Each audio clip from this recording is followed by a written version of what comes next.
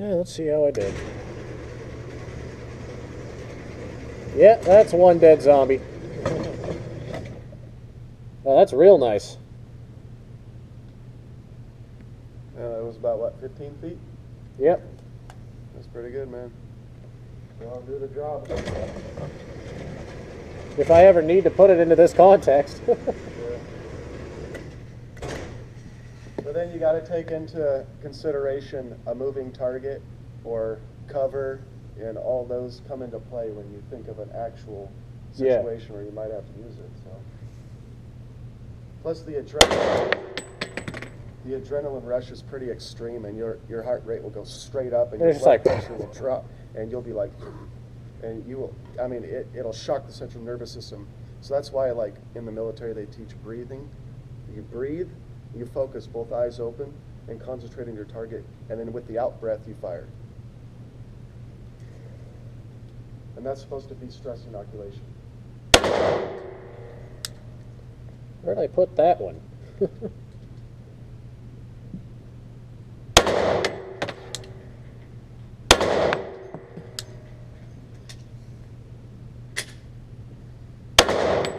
Pulled that one, I know that.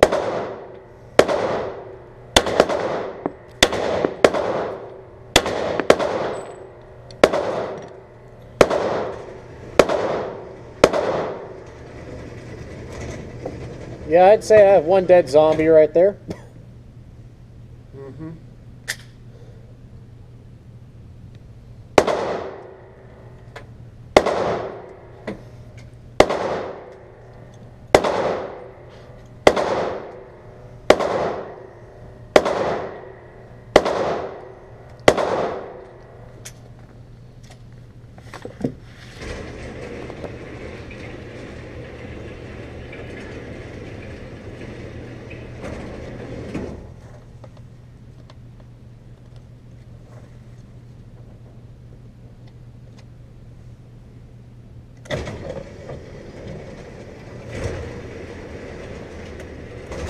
Yeah, I'll send that one about right there.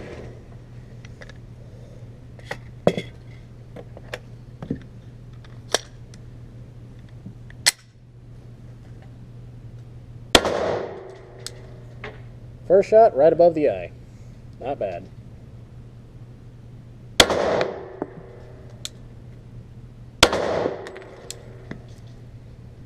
Pulled a little high on that. Better grouping. Way better grouping. Damn.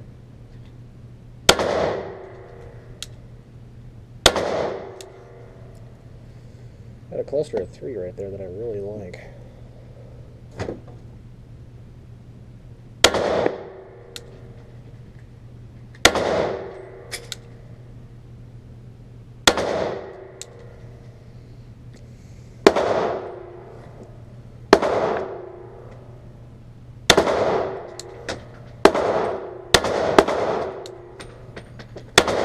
There we go.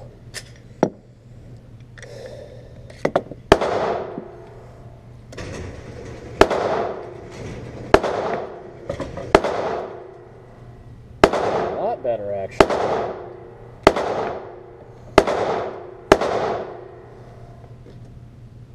I did a lot better on this target. Yeah, that's nice. We can go in there. Nice. Yeah. Yeah, sometimes grouping isn't as great as target acquisition, which is where you can, with both your eyes, see because usually the more, like the smaller you aim, the more precision you have. Mm-hmm.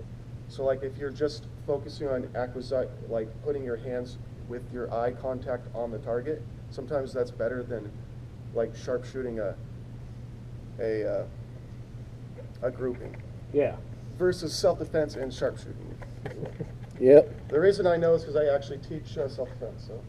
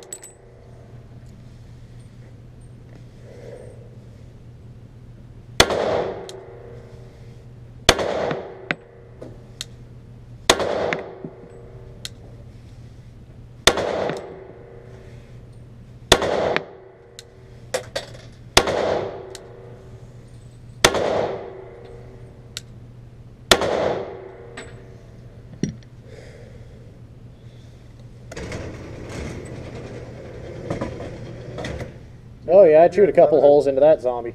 That's nice. Do you live here in Lebanon? No, I'm actually Albany. Oh, me too.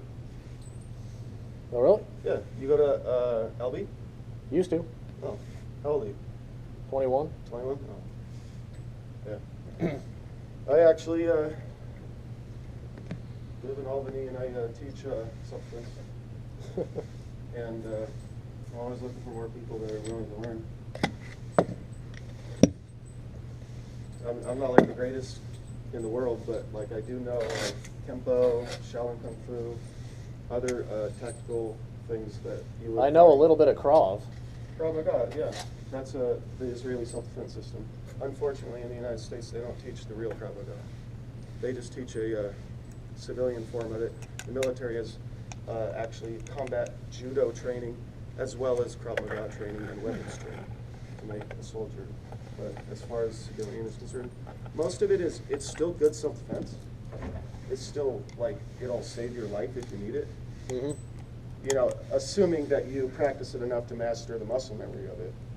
That's where the true martial art work comes in, is finding the balance and mastering your muscle memory. Because it usually, I mean, it takes about 10,000 times of repetition before it's within your muscle memory, before it becomes second nature.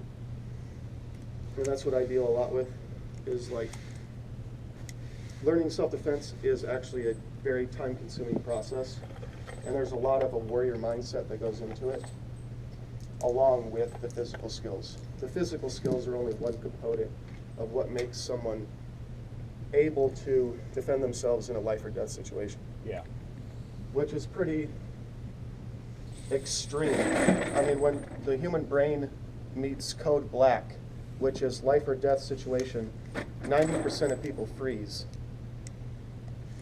And true discipline of self-defense is to train the human mind through stress inoculation, not to freeze when the shit hits the fan. Instead, you go straight to breathing and focus, and if you train right, then your second nature of your muscle memory will enact an auto response rather than a manual one, which we usually live in a manual responsive life. But under the fight or flight, you go straight to autopilot. And if you train your muscle memory right, when you go straight to autopilot, then you're like a military guy would, you know? Because that is what that's how they train. The one thing that I want to learn is how to, you know, disarm someone with a gun. I can do that too. I can teach you that. That's one thing I want to learn just in case if I'm ever in that situation. Yeah. Well, the thing with disarming a gun is you have to be really close to the person. If I'm this far away from you, there's not much you can do unless close the gap as fast as you can and get control of the person. Yeah. But if you're like right here and someone pulls a gun, then you go automatically into a specific torque of the wrist procedure to disarm the person. And there's different moves that you can actually disarm them and shoot them while you're disarming them. You could disarm the gun, break it, and then control the subject.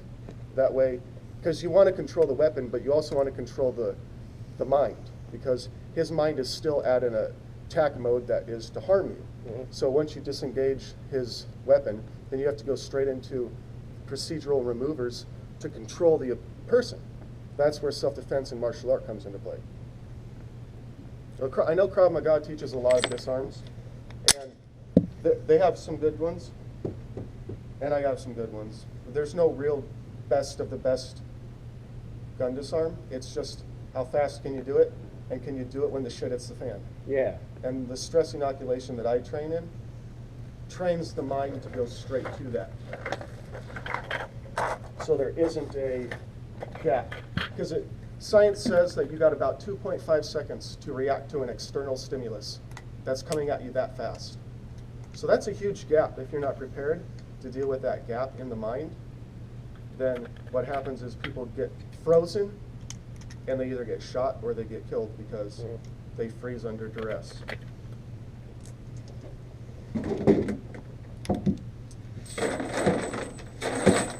But if you're ever interested in learning some stuff, I'll give you my number if you want, and you can give me a call since you live in Albany. All right.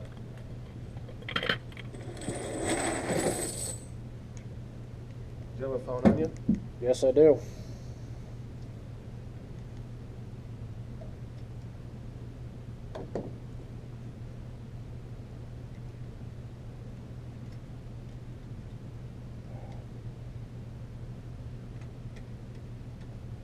And 541. 1 second. Okay, name? Wes. Okay. And 541 Okay. 971 6834. All right. Yeah, give me a ring if you're interested, you know. I don't do a whole lot of, just kind of chill. Always looking for a good friend too, you know. Shoot a buddy or something. So feel free to, what's your name again? Trent. Trent? Yeah. Good to meet you, Trent. Have a good evening. You too. Enjoy your shoot.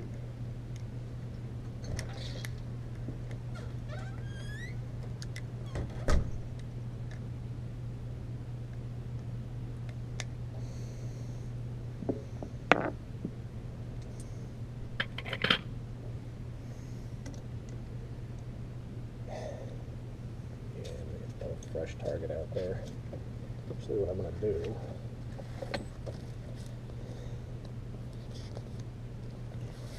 Let me stick 2 targets on there.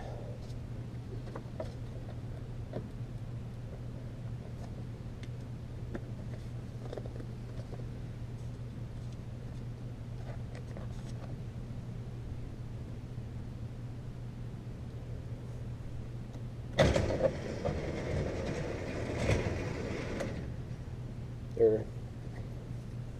Situation 1, 2 zombie sisters. Take 1.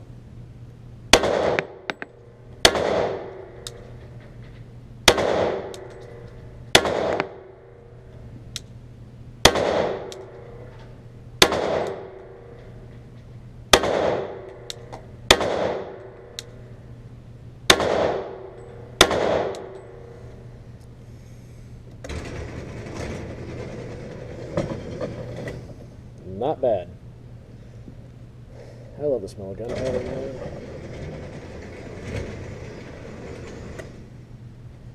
One-handed.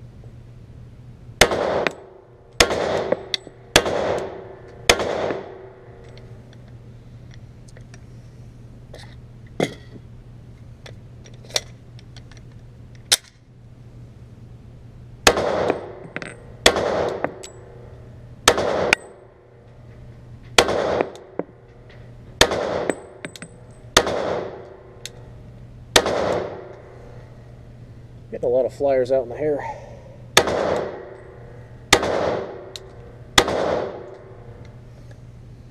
Perfect.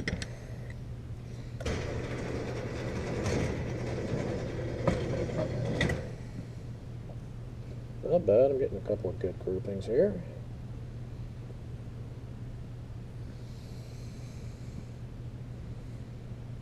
About 215.